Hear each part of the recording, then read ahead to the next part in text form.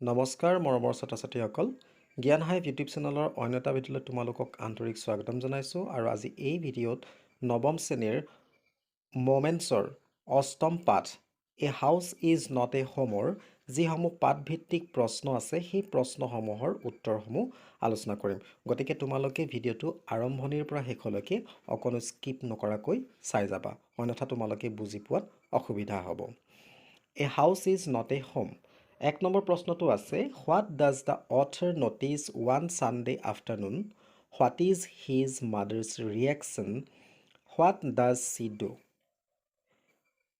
এদিন দেওবাৰৰ পিছবেলা পাঠকে কি লক্ষ্য কৰিছিল তেওঁৰ মাকৰ প্ৰতিক্ৰিয়া কেনেকুৱা আছিল আৰু তেওঁ কি কৰে ইয়াৰ উত্তৰটো হৈছে one Sunday afternoon the author smelled a strange odour এদিন দেওবাৰৰ পিছবেলা পাঠকে এটা বৰ আচৰিত গোন্ধ পাইছিল Then he noticed smoke pouring into the room through the seams of the ceiling and filling it very quickly. তাৰ পাছত তেওঁ লক্ষ্য কৰিছিল যে কোঠাটোৰ ভিতৰলৈ চিলিঙৰ ফাকেৰে ধোঁৱা সোমাই আহিছিল আৰু অতি দ্ৰুত গতিত কোঠাটো ধোঁৱাৰে ভৰি পৰিছিল They could see nothing. তেওঁলোকে একো দেখা পোৱা নাছিল ইয়াত দে বুলি মাক আৰু পাঠকৰ কথা কোৱা হৈছে By the time they rushed out into the front yard, the roof was already engulfed in flames and was spreading very quickly all over the house. আৰু যি সময়ত তেওঁলোকে আগফালৰ চোতাল পাইছিলগৈ বা তেওঁলোকে আগফালৰ চোতাললৈ ওলাই যায় মানে গোটেই ঘৰটোৰ চালিখন জুইয়ে গ্ৰাস কৰি লৈছিল আৰু অতি খৰকৈ জুই গোটেই ঘৰটোত বিয়পি পৰিছিল His mother ran back into the house আৰু পাঠকৰ মাকে ঘৰটোৰ ভিতৰলৈ পুনৰ দৌৰি গৈছিল She had brought out a small metal box full of important documents আৰু তেওঁ এটা সৰু ধাতুৰ বাকচ উলিয়াই আনিছিল যিটোত গুৰুত্বপূৰ্ণ নথিপত্ৰ আছিল She wanted to save the important things from the house one by one আৰু তেখেতে সেই ঘৰটোৰ ভিতৰত থকা গুৰুত্বপূৰ্ণ বা দৰকাৰী বস্তুবিলাক এটা এটাকৈ বচাবলৈ বিচাৰিছিল ইয়াৰ পিছৰ প্ৰশ্নটো আছে Why does he break down in tears after the fire? জুই লগাৰ পাছত পাঠক কিয় কান্দোনত ভাঙি পৰিছিল ইয়াৰ উত্তৰটো হৈছে After the fire he broke down in tears because he suddenly realized that he was suffering a big loss. জুইৰ পাছত পাঠকে হঠাৎ উপলব্ধি কৰিছিল যে তেওঁ এটা ডাঙৰ লোকচানৰ সন্মুখীন হৈছে আৰু সেইকাৰণে তেওঁ কান্দোনত ভাঙি পৰিছিল He realized that his cat could be seen nowhere. তেওঁ উপলব্ধি কৰিছিল যে তেওঁৰ মেকুৰীটো ক'তো দেখিবলৈ পোৱা নাই Then everything struck his mind at once. The new school, the fire, and his cat. That's why he broke down and cried. আৰু তেতিয়া তেওঁ মনলৈ সকলোবিলাক কথা একেলগে ভাহি আহিছিল নতুন স্কুলৰ কথা তেওঁ ঘৰত জুই লগা কথা তেওঁৰ মেকুৰীটোৰ কথা আৰু এনেদৰে তেওঁ কান্দোনত ভাঙি পৰিছিল Next question to আছে Why is the author deeply embarrassed the next day in school? Which words show his fear and insecurity? পিছদিনাখন স্কুলত পাঠক কিয় বিভ্ৰান্তিত পৰিছিল বা তেওঁ কিয় গভীৰভাৱে বিভ্ৰান্তি অনুভৱ কৰিছিল আৰু কোনবিলাক শব্দই এই পাঠটোত কোনবিলাক শব্দই তেওঁৰ ইনচিকিউৰিটি অৰ্থাৎ অসুৰক্ষিত আৰু ভয়ৰ অনুভৱৰ কথা প্ৰকাশ কৰিছে বা দেখুৱাইছে ইয়াৰ উত্তৰটো হৈছে The author was deeply embarrassed the next day in school because he had lost all his clothes, shoes and books.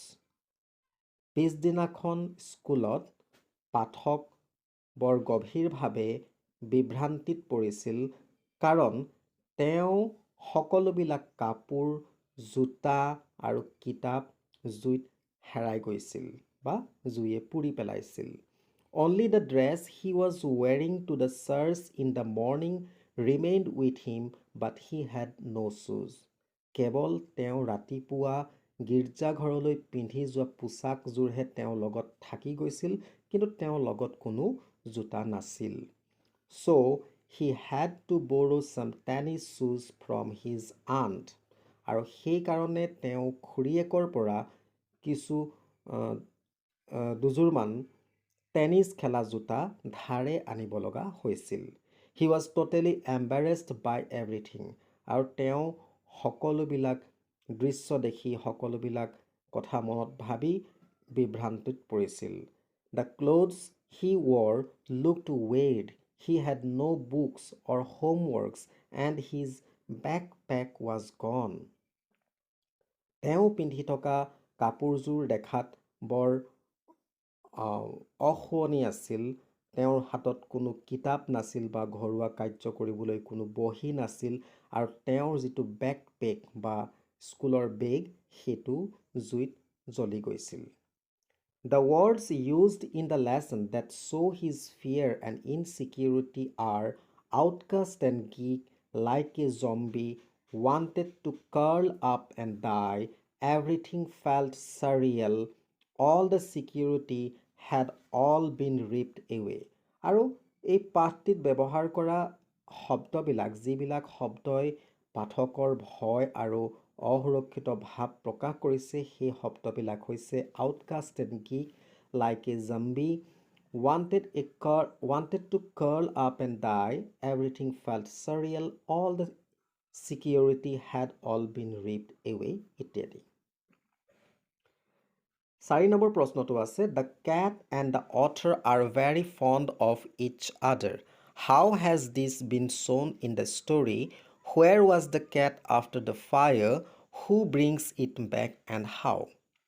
মেকুৰীটো আৰু পাঠক দুয়ে ইজনে সিজনক খুব ভাল পাইছিল। এই কথাটো কাহিনীটোত কেনেদৰে উপস্থাপন কৰা হৈছে আৰু অগ্নিকাণ্ডৰ পাছত মেকুৰীটো ক'ত আছিল, তাক কোনে ঘূৰাই আনিছিল আৰু কেনেকৈ আনিছিল? ইয়াৰ উত্তৰটো হৈছে The author loved his cat very much. পাঠকে মেকুৰীটোক খুব বেছি ভাল পাইছিল। He cried inconsolably when he could not find his cat after the fire. আৰু অগ্নিকাণ্ডৰ পাছত বা জুই লগাৰ পাছত পাঠকে মেকুৰীটো বিচাৰি নাপাই বৰ দুখ লগাকৈ তেওঁ কোনেও বুজাব নোৱাৰাকৈ কান্দিছিল। In the hope of finding the cat, he would regularly go to the place where his house was. আৰু মেকুৰীটো বিচাৰি পোৱাৰ আশাত তেওঁ প্ৰায় সেই ঠাইলৈ গৈছিল য'ত এসময়ত তেওঁলোকৰ ঘৰটো আছিল। He remembered how his cat would crawl into his pocket in the morning and fall asleep and he missed it terribly. আৰু তেওঁ এই কথাটো মনত আছে যে ৰাতিপুৱা হ'লে শুই উঠি মেকুৰীটো কেনেকৈ বগাই আহি তেওঁৰ জেপত আহি সোমায় আৰু টোপনি যায়, এই কথাটো তেওঁৰ মনত পৰে আৰু মনত পৰিলে মেকুৰীটো বৰকৈ মিছ কৰে। The cat was so frightened by the fire that it ran a mile away from the house. আৰু অগ্নিসংযোগ হোৱাৰ লগে লগে বা সেই ঘৰটোত অগ্নিকাণ্ড হোৱাৰ লগে লগে মেকুৰীটো ইমান ভয় খাইছিল যে সি প্ৰায় 1 মাইলমান দূৰলৈ দৌৰি গৈছিল। One fine lady found her and took her in. এগৰাকী ভদ্ৰ মহিলা বা এগৰাকী সুহৃদয়ৰ মহিলাই মেকুৰীটোক বিচাৰি পাই মেকুৰীটোক তুলি লৈছিল। She found the author's contact number on the cat's collar, but she could not contact him as the phone line had been disconnected because of the fire. সেই মহিলাগৰাকীয়ে পাঠকৰ কণ্টেক্ট নাম্বাৰটো বা ফোন নাম্বাৰটো সেই মেকুৰীটোৰ ডিঙিত থকা ফিটা পাতত পাইছিল, কিন্তু তেওঁ সংযোগ স্থাপন কৰিব পৰা নাছিল কাৰণ পাঠকৰ ফোন লাইন সেই সময়ত অগ্নিকাণ্ডৰ হোৱাৰ ফলত বিচ্ছিন্ন হৈ আছিল। The lady then personally found out the author and returned back the cat. আৰু মহিলাগৰাকীয়ে তেতিয়া ব্যক্তিগতভাৱে গৈ নিজেই গৈ পাঠকৰ ঘৰ বিচাৰি উলিয়াই পাঠকক মেকুৰীটো ঘূৰাই দিছিল। নেক্সট কুৱেশ্যনটো আছে, what actions of the schoolmates changed the author's understanding of life and people and comfort him emotionally? How does his loneliness vanish and how does he start participating in life? পাঠকৰ সহপাঠীসকলৰ কাৰ্যই কিদৰে পাঠকৰ নিজৰ জীৱন মানুহখিনিৰ প্ৰতি জীৱন আৰু মানুহৰ প্ৰতি আৰু তেওঁৰ যি আৰাম বা তেওঁ যি আৱেগ তাৰ যি তেওঁ বুজি পাইছিল সেই বুজি পোৱাৰ ভাৱ কেনেকৈ সলনি হৈছিল আৰু পাঠকৰ যি অকলশৰীয়া ভাৱ কেনেকৈ নাইকিয়া হৈছিল আৰু জীৱনত তেওঁ কেনেকৈ অংশগ্ৰহণ কৰিব লাগে বা জীৱনটো কেনেকৈ আগুৱাই নিব লাগে সেইটো কেনেকৈ আৰম্ভ কৰিছিল বা জীৱনটো আগুৱাই নিয়াত তেওঁ কিদৰে আগবাঢ়ি গৈছিল। তো ইয়াৰ উত্তৰটো হৈছে, the schoolmates showed genuine concern of outpour for the author though they did not know him well. যদিও স্কুলৰ সহপাঠীসকলে পাঠকক ভালকৈ চিনি নাপাইছিল বা নাজানিছিল তথাপিও তেওঁলোকৰ অকৃত্ৰিম উদ্বেগ তেওঁলোকে পাঠকৰ প্ৰতি অকৃত্ৰিম উদ্বেগ দেখুৱাইছিল আৰু তেওঁক মৰম কৰিছিল। They collected supplies, books and clothes for him. আৰু তেওঁলোকে পাঠকৰ বাবে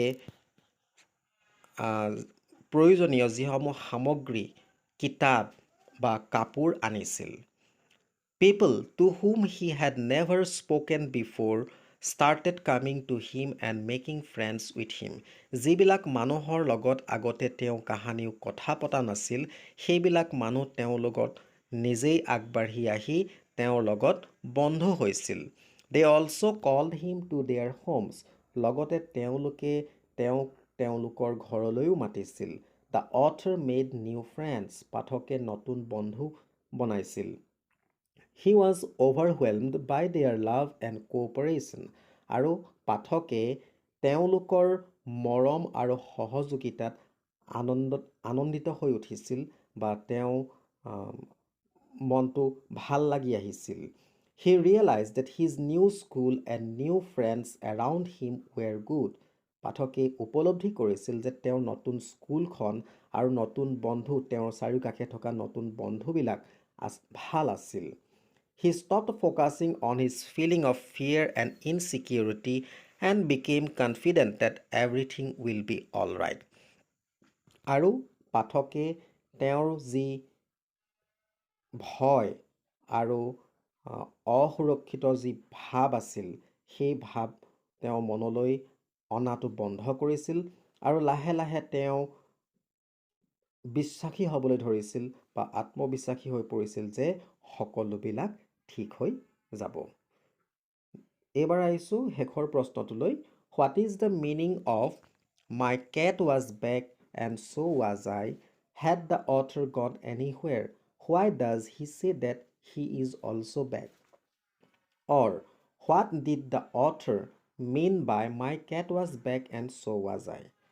এই বাক্যশাৰীৰ অৰ্থ কি? মোৰ মেকুৰীটো ঘূৰি আহিল, ময়ো ঘূৰি আহিলোঁ আৰু ময়ো ঘূৰি আহিলোঁ। কবি ক'বালৈ পাঠক ক'ৰবালৈ গৈছিল নেকি? যদি নাই যোৱা তেওঁ এনেকৈ কিয় কৈছে?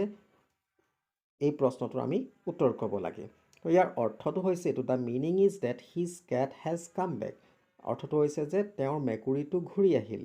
হি felt that he came to the early phase of his life in which he had lots of friends and no' worries. He had not gone anywhere, but he felt lonely in the change at his new school.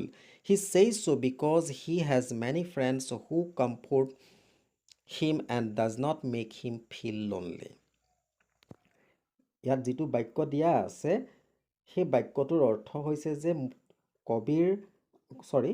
পাঠকৰ যিজনী মেকুৰী আছিল মেকুৰীজনী ঘূৰি আহিল আৰু লগতে তেওঁ এইটো অনুভৱ কৰিলে যে তেওঁ এতিয়া পুনৰ সেই আগৰ জীৱনৰ যিটো স্তৰ আছিল, তেওঁ পুৰণি স্কুলত থাকোঁতে যেনেকৈ তেওঁৰ বন্ধু আছিল, তেওঁ কোনো ধৰণৰ ৱাৰিজ বা কোনো ধৰণৰ চিন্তা নাছিল, সেই ফেজলৈ ঘূৰি আহিছে। তেওঁ ক'তো যোৱা নাছিল, কিন্তু তেওঁ নতুন স্কুলখনলৈ আহোঁতে তেওঁৰ পৰিৱেশটো সম্পূৰ্ণ সলনি হৈ গৈছিল আৰু তেতিয়া তেওঁ বন্ধু নাছিল। কিন্তু এতিয়া তেওঁ কয় যে তেওঁ এতিয়া নতুন স্কুলখনতো বহুতো বন্ধু হৈছে আৰু যিসকল বন্ধুৱে তেওঁক সান্তনা দিব পাৰে আৰু তেওঁক অকলশৰীয়া অনুভৱ কৰিবলৈ নিদিয়ে। সেইকাৰণে তেওঁ কৈছে যে তেওঁ পুনৰ সেই আগৰ স্তৰলৈ বা তেওঁ সেই আগৰ জীৱনলৈ ঘূৰি আহিছে। মৰমৰ ছাত্ৰ ছাত্ৰীসকল, পাঠটিৰ প্ৰশ্নকেইটা মই তোমালোকৰ লগত আলোচনা কৰিলোঁ। যদি ভিডিঅ'টো চাই ভাল লাগিছে এটা লাইক কৰিবা আৰু যদি চেনেলটোলৈ প্ৰথমবাৰৰ বাবে আহিছা তেনেহ'লে চেনেলটো ছাবস্ক্ৰাইব কৰি বেল আইকনটো প্ৰেছ কৰি অল কৰি ৰাখিবা। ধন্যবাদ।